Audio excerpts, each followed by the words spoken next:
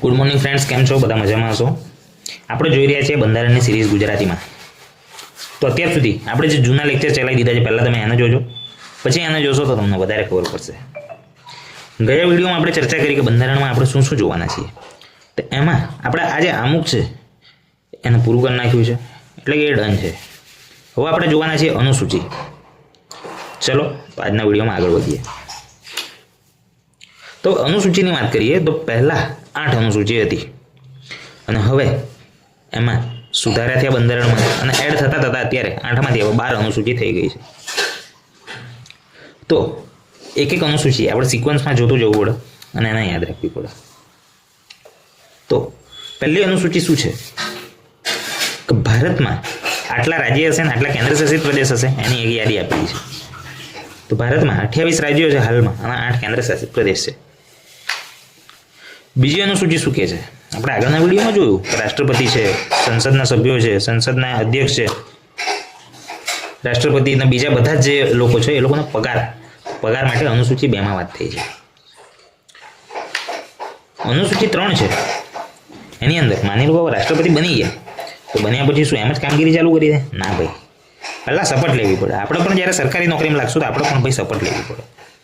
શપથ એ બધા માટે બહુ જરૂરી વસ્તુ છે. તો શપથની વાત થઈ છે અનુસૂચિ 3માં. અનુસૂચિ 4 છે એની અંદર રાજ્યસભાની અંદર જે અલગ અલગ રાજ્યો છે એ રાજ્ય વાઇઝ સીટોની ફાળવણી થયેલી છે. આ રાજ્યની આટલી સીટ, આ રાજ્યની આટલી સીટ, એની વાત કરવામાં આવી છે અનુસૂચિ 4માં. જે અહીંયા તમે જોઈ શકો છો આપણે બેઠકો બતાવેલી છે અલગ અલગ. રાજ્યસભામાં સીટોની વહેંચણી શામાં આવશે? અનુસૂચિ 4માં. પછી અનુસૂચિ 5 છે, બહુ ઇમ્પોર્ટન્ટ છે, એક્ઝામમાં પૂછાઈ જાય ભાઈ. શું કહે છે? અનુસૂચિત વિસ્તાર અને અનુસૂચિત જાતિઓ જનજાતિઓના અહીંયા ભૂલ થાય છે. અનુસૂચિત વિસ્તાર અને અનુસૂચિત જનજાતિના વહીવટ અને પ્રશાસન અંગેની જોગવાઈની વાત આમાં કરેલી છે. અનુસૂચિત વિસ્તાર એટલે શું ભાઈ? એક એવો એરિયા કે જે નક્કી કરેલું હોય કે આ ભાઈ અનુસૂચિત એરિયા રહેશે એમ, જ્યાં આગળ ટ્રાઇબલ વધારે હોય ને એવો જ એરિયા છે એને આપણે કહીએ છીએ અનુસૂચિત વિસ્તાર. તો એ વિસ્તારોમાં વહીવટ અને પ્રશાસન થાય. એટલે 5મો તમે એ રીતે યાદ રાખશો તો ચાલશે, અનુસૂચિત જનજાતિઓ માટે વહીવટ અને પ્રશાસન. હવે 6ઠ્ઠી બી સેમ જ છે, અનુસૂચિત જનજાતિ એટલે આદિવાસી વિસ્તારો માટે જ વિશેષ જોગવાઈઓ છે, પણ 4 જગ્યાએ છે. આસામ, મેઘાલય, મિઝોરમ અને ત્રિપુરા. આસામ, મેઘાલય, મિઝોરમ અને ત્રિપુરા, આ 4 જગ્યાએ આપણી આ 7 સિસ્ટર કન્ટ્રી છે એની અંદરથી આ 4 જિલ્લા આપણે ત્યાં આગળ કવર કરીએ છીએ. અનુસૂચિ 7 છે એની અંદર સત્તાની વહેંચણીની વાત કરી છે. 7 પરથી સત્તા આપણે યાદ રાખીએ, 7 સત્તા. તો સત્તાઓની વહેંચણી શામાં થાય? એક સંઘીય યાદી, એક રાજ્ય યાદી અને એક સમવર્તી યાદી. આ શું છે યાદી એટલે શું હોય? તો સંઘ યાદી હોય એ સંઘ માટે અમુક વિષય આપેલા હોય કે એ વિષય પર સંઘ એટલે કે કેન્દ્ર જે રાજ્ય કાયદા બનાવી શકે. પછી અમુક વિષય હોય તો તે રાજ્ય યાદીને આપેલા હોય તો એની પર ખાલી રાજ્ય જ કાયદા બનાવી શકે. અને એક હોય સમવર્તી યાદી, એની અંદર અમુક એવા વિષય નક્કી થયેલા હોય એની પર કેન્દ્ર બી કાયદા બનાવે અને રાજ્ય પણ કાયદા બનાવે. તો અહીંયા આગળ તમને ઇઝી વેમાં નીચે એક ટેબલ બનાવી આપ્યું છે મેં. સંઘ યાદી, રાજ્ય યાદી અને સમવર્તી યાદી. કાયદા કોણ બનાવી શકે? સંઘમાં સંસદ, રાજ્ય યાદીમાં રાજ્ય વિધાનસભા અને સમવર્તી યાદીમાં સંસદ અને રાજ્ય વિધાનસભા બંને. હવે એની અંદર વિષયો પહેલા કેટલા હતા અને અત્યારે કેટલા છે એની પરથી ક્યારેક ક્વેશ્ચન બની જતો હોય. તો સંઘ યાદીમાં પહેલા 97 વિષય હતા અને અત્યારે 100 વિષય છે, 3 વિષય વધી ગયા. રાજ્ય યાદીમાં પહેલા 66 વિષય હતા, અત્યારે 61 વિષય વધ્યા, એટલે કે 5 વિષય ઘટી ગયા. અને સમવર્તી યાદીમાં પહેલાં 47 વિષય હતા, હવે 52 વિષય થઈ ગયા, એટલે કે 5 વિષય વધી ગયા. એટલે સંઘ યાદીમાં 3 વિષય વધ્યા, રાજ્ય યાદીમાં 5 વિષય ઘટ્યા અને સમવર્તી યાદીમાં 5 વિષય વધ્યા. હવે એક કાચો અંદાજ તમે જોઈ લો કે સંઘ યાદીમાં કયા કયા વિષય આપ્યા જેની પર ખાલી સંસદ કાયદા બનાવી શકે? તો રક્ષા, વિદેશ નીતિ, અણુ ઉર્જા, રેલવે. એટલે આમાં એવા મોટા મોટા વિષયો લીધેલા છે કે જેમાં નાના નાના રાજ્યો દ્વારા કોઈ હળી ના થાય એવા વિષય. પછી રાજ્ય યાદીમાં કયા કયા વિષય લીધા? પોલીસ તો દરેક રાજ્યમાં હોય તો પોલીસ પર ભાઈ કેન્દ્ર વિષય બનાવો તો ભાઈ ટાઈમ જ ના મળી રહે અને જલ્દી નિર્ણય જ ના નીકળે. પછી જાહેર વ્યવસ્થા છે, આરોગ્ય છે, કૃષિ છે, આ બધા જે ગ્રાઉન્ડ લેવલના સબ્જેક્ટ છે એની પર કોણ કાયદા બનાવી શકે? રાજ્ય. અને સમવર્તી યાદી, શિક્ષણ છે, લગ્ન અને છૂટાછેડા છે, શ્રમ કાયદા, પર્યાવરણ સુરક્ષા, આ બંને સમવર્તી યાદીના વિષય છે. આની પર સંસદ અને રાજ્ય બંને કાયદા બનાવી શકે. પછી હવે જોઈએ અનુસૂચિ 8. અનુસૂચિ 8માં વાત કરવામાં આવી છે ભાષાઓની. ભારતમાં જે અધિકૃત ભાષાઓ છે તે હાલમાં 22 ભાષા છે. સમજો છો તમે? અત્યારે આપણી અધિકૃત ભાષા જે આપણે બંધારણમાં બતાવેલી છે એવી કેટલી ભાષા છે? 22 ભાષા. જે પહેલાં કેટલી હતી? મૂળ બંધારણમાં 14 ભાષા હતી. આ 14 ભાષામાં પછી આપણે વાત કરી હતી ને કે પેલા બંધારણીય સુધારા થાય, એને સુધારો કરીને પછી એક ભાષા નવી એડ કરે, બીજી ભાષા નવી એડ કરે, એ રીતે સુધારા થયા અને એ રીતે હાલમાં 22 ભાષા થઈ ગઈ છે. અહીંયા આપણે એક સિમ્પલ આપ્યું છે તો પહેલાં 21મો સુધારો થયો ત્યારે સિંધી ભાષા ઉમેરાઈ. પછી 71મો સુધારો થયો ત્યારે મણિપુરી, નેપાળી, કોંકણી આ 3 ભાષા ઉમેરાઈ. ક્યારે? 71માં બંધારણીય સુધારામાં. હવે એના માટે આપણે એક નાની ટ્રીક છે, લોકો વાપરે છે અને આપણે બી વાપરી નાખી. મને કહો એમ. તમે મને કેમ કહેતા નથી ભાઈ? મને કહો એમ. એટલે મણિપુરી, નેપાળી અને કોંકણી આ 71માં બંધારણીય સુધારાથી ઉમેરાઈ. પછી 92માં બંધારણીય સુધારો થયો ત્યારે સંથાલી, મૈથિલી, બોડો અને ડોંગરી આ 4 ભાષાઓ ઉમેરાઈ. એના માટે બી આપણે લોકો ટ્રીક વાપરી, એ જ વાપરી. સામે બોડો એટલે કે સામે બોડો ઊભો છે ભાઈ. બોડો એટલે ટકલો હોય અને આપણે બોડો કહીએ. સામે બોડો, સ એટલે સંથાલી, મે એટલે મૈથિલી, બોડો અને ડોંગરી. આ રીતે 3 વાર સુધારા થયા અને ટોટલ થઈને 8 ભાષાઓ ઉમેરાઈ. એટલે હાલમાં બંધારણમાં 22 ભાષાઓ.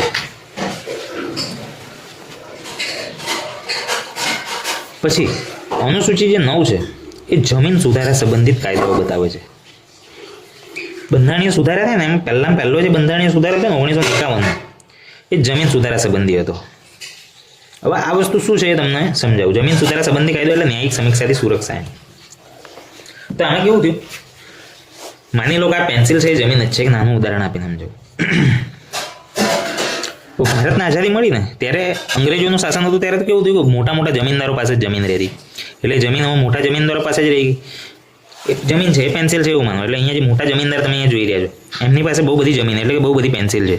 અને જે ગરીબ માણસ છે એ લોકો પાસે એક પેન્સિલ જ છે એટલે કે એક ટુકડો જ છે જમીનનો. તો ગરીબ છે એ ગરીબ જ રહી જાય અને અમીર છે એ અમીર જ રહી જાય. અને સરકાર દ્વારા એ ટાઈમે એવું નક્કી થયું કે બધાને સમાન જમીન મળી રહે એ રીતે.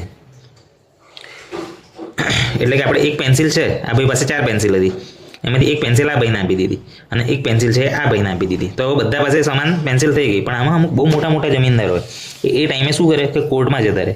કોર્ટમાં જતા રહે એટલે તો પછી કેસ લંબાયા જ કરે અને એના લીધે ભાઈ એને એ જમીન પણ મળે નહીં અને એ કેસ પેન્ડિંગ જ રહી જાય. તો અનુસૂચિમાં જમીન સુધારા સંબંધિત કાયદો એડ થયો એટલે એના પછી ભાઈ એ કોર્ટમાં ના જઈ શકે આ સબ્જેક્ટને લઈને. સમજાયું? એટલે એટલા માટે એના ન્યાયિક સમીક્ષાથી સુરક્ષા એવું કહેવામાં આવ્યું છે. શાના? અનુસૂચિ 9 જમીન સુધારા સંબંધી છે ત્યાં. હવે અનુસૂચિ 10 એના આપણે કહીએ છીએ પક્ષ પલટા વિરોધી કાયદો. તો આના હવે સિમ્પલી તમે સમજો કે પાર્ટી એ છે એની અંદર આ 4 ધારાસભ્ય અથવા તો સાંસદ છે. અચાનક હવે એમની ઈચ્છા થઈ કે મારે ભાઈ પાર્ટી 2માં જતું રહેવું છે, પાર્ટી બીમાં જતું રહેવું છે. તો ભાઈ એ લોકોની સભ્યતા રદ થઈ શકે એમ. તો આમાં કેવું થતું હતું કે ભાઈ પૈસા આપી દે એટલે પેલા જતું રહે, આવું બધું થઈ જાય. એમ આવું બધું મારે બહુ બોલવું નથી, બાકી હું ચર્ચામાં આવી જઈશ. એટલે એમાં એવું થાય કે પાર્ટી બદલું થયું હોય અમુક લોકો. તો એ લોકો માટે પક્ષ પલટા વિરોધી કાયદો લાવવામાં આવ્યો જે અનુસૂચિ 10માં વાત કરવામાં આવી. તો એનાથી શું થાય? સભ્યતા રદ થઈ શકે. અને એ નક્કી કેવી રીતે કરવામાં આવે? તો લોકસભા અથવા તો વિધાનસભાના જે સ્પીકર છે એના જે અધ્યક્ષ છે એ નિર્ણય લે કે ભાઈ એની સભ્યતા કેન્સલ થઈ જશે. હવે ભાઈ આ પક્ષમાં જતો રહ્યો ને એટલે તો એમનો નિર્ણય અંતિમ ગણવામાં આવે. કોનો? લોકસભા અથવા તો વિધાનસભા જેના સભ્ય જ્યાંથી જ્યાં ગયા હોય તો એના અધ્યક્ષનો જે નિર્ણય છે તેને અંતિમ માનવામાં આવે. તો અનુસૂચિ 10. અનુસૂચિ 11 છે ગ્રામ પંચાયત. બસ ગ્રામ પંચાયત એટલું જ તમે મગજમાં રાખો. અને 73મો બંધારણીય સુધારો. ગ્રામ પંચાયત આવે એટલે 73મો બંધારણીય સુધારો મગજમાં એકદમ ફિટ કરી દેવાનું, ગોખી નાખો. 73મો બંધારણીય સુધારો એવું 10 વાર તમે અત્યારે વિડીયો પોઝ કરીને બોલો. ગ્રામ પંચાયત 73મો બંધારણીય સુધારો 1992. 10 વખત તમે બોલશો એટલે તમને આપોઆપ આવડી જવાનું. અનુસૂચિ 11. અનુસૂચિ 12 શું કહે છે કે 74મો બંધારણીય સુધારો. એના તરત પછી યાદ રાખવાનું જ મ્યુનિસિપાલિટી, નગરપાલિકા એની વાત કરવામાં આવી છે અનુસૂચિ 12માં. હવે અહીંયા આગળ આપણે યાદ કેવી રીતે રાખવું એના માટે થોડુંક પાર્ટીશન પાડ્યું છે. એ જોઈને તમે થોડુંક યાદ રાખજો. તો પહેલાં 1 થી 4 અનુસૂચિ યાદ રાખવાની. એમાં પહેલું છે રાજ્ય અને કેન્દ્ર, એ તો યાદ રાખવાની જરૂર જ નથી. પછી 2, 3 અને 4 તો બીજી પગાર માટે, ત્રીજી શપથ માટે અને ચોથી છે રાજ્યસભામાં સીટોની ફાળવણી. તો આ 4 તમને આપોઆપ યાદ રહી જ જશે. રાજ્ય અને કેન્દ્રની યાદી, પગાર, શપથ અને રાજ્યસભામાં સીટોની વહેંચણી. હવે 5મી અને 6ઠ્ઠી છે ને એની અંદર એસટી એરિયા, એ રીતે યાદ રાખો. 5મામાં છે એ એસટી એરિયામાં વહીવટ અને 6ઠ્ઠી છે એ પણ એસટી એરિયામાં વહીવટ માટે જ છે. પણ આ 4 જે જિલ્લા છે એ જ, રાજ્ય છે એ જ, આસામ, મેઘાલય, મિઝોરમ અને ત્રિપુરા. સિમ્પલ. હવે 7 અને 8, 7માં આપણે યાદ રાખ્યું હતું સત્તાની વહેંચણી અને 8માં ભાષા હતી. ત્રીજા ટેબલમાં આપણે યાદ રાખ્યું સત્તાની વહેંચણી અને 8માં ભાષા. હવે 9 અને 10, 9માં પેલી જમીન પેન્સિલવાળી વાત યાદ કરો, 9મા સુધારામાં, 9મી અનુસૂચિમાં, અને 10માં પક્ષ પલટો લોકો હોય એના માટે. 11, 12 તો સિમ્પલ જ છે, ગ્રામ પંચાયત અને નગરપાલિકા. આ રીતે આપણે ટોટલ 5 પાર્ટ પાડ્યા અને એની અંદર યાદ રાખ્યું. પહેલા પાર્ટમાં શું યાદ રાખ્યું? પહેલી તો યાદ જ ના રાખશો. ચલો પછી પગાર, શપથ અને રાજ્યસભામાં સીટોની વહેંચણી, આ આપણું પહેલું કોષ્ટક યાદ રહ્યું. બીજા કોષ્ટકમાં એસટી એરિયા માટે અને આસામ, મેઘાલય, ત્રિપુરા અને મિઝોરમ. 7, 8માં સત્તાની વહેંચણી અને ભાષા.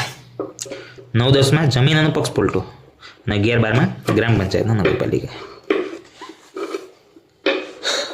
હવે આપણે એના પરથી ક્વેશ્ચન આન્સર જોઈ લઈએ. ભારતીય બંધારણની કેટલી અનુસૂચિ છે? 12 અનુસૂચિ છે ભાઈ. અનુસૂચિ 1 શું દર્શાવે છે? જવાબ તમે હવે જાતે જ આપવાનો ટ્રાય કરો. હું તો ભાઈ એમ બોલી જ દઈશ, એટલે એના કરતાં તમે જવાબ જાતે આપો. વિડીયો પોઝ કરો, પછી આપણે આગળ વધીએ.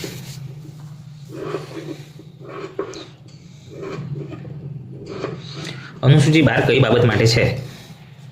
છેલ્લી અનુસૂચિ 2 આપણે યાદ રાખીએ ને, પેલા કોષ્ટકની બહાર, એની પર આપણે કોષ્ટક નહોતું બનાવેલું. ગ્રામ પંચાયત હતી અને બીજી હતી નગરપાલિકા. કયો અનુસૂચિત રાષ્ટ્રપતિ, રાજ્યપાલ વગેરેના વેતન એટલે કે પગાર દર્શાવે છે? પગાર માટે આપણે યાદ રાખ્યું ને, પહેલું ખાનું, પહેલું ટેબલ. પહેલા ટેબલમાં સૌથી પહેલું તો આપણે યાદ રાખવાની જરૂર જ નથી. પછી આપણે યાદ રાખ્યું કે પગાર, શપથ અને રાજ્યસભામાં સીટોની વહેંચણી. તેમાંથી પગારવાળું હતું તે 2 નંબરમાં. અનુસૂચિ 5 મુખ્યત્વે કઈ બાબત માટે છે? તો આપણું જે બીજું ટેબલ બતાવેલું એની અંદર તમે યાદ કરો, એસટી લોકો માટે, અને 6ઠ્ઠું હતું તે એસટી લોકોના પેલા 4 જિલ્લા હતા તે આસામ, મેઘાલય, મિઝોરમ, ત્રિપુરા, એ 6ઠ્ઠા માટે. અને 5મા માટે અનુસૂચિત વિસ્તાર અને જનજાતિનો વહીવટ. અનુસૂચિ 6 ખાસ કયા રાજ્યો દર્શાવે છે? હમણાં જ આપણે ચર્ચા કરી ગયા ક્વેશ્ચનમાં જ. યાદ કરો મિત્રો, એ 4 જિલ્લા, 4 રાજ્યો તો તમારે યાદ રાખવા જ પડશે. આસામ, મેઘાલય, મિઝોરમ અને ત્રિપુરા. અમે મિત્રો એવું યાદ રાખશો તો બી યાદ રહી જશે. અધિકૃત ભારતીય ભાષાઓ કઈ અનુસૂચિ હેઠળ આવે છે?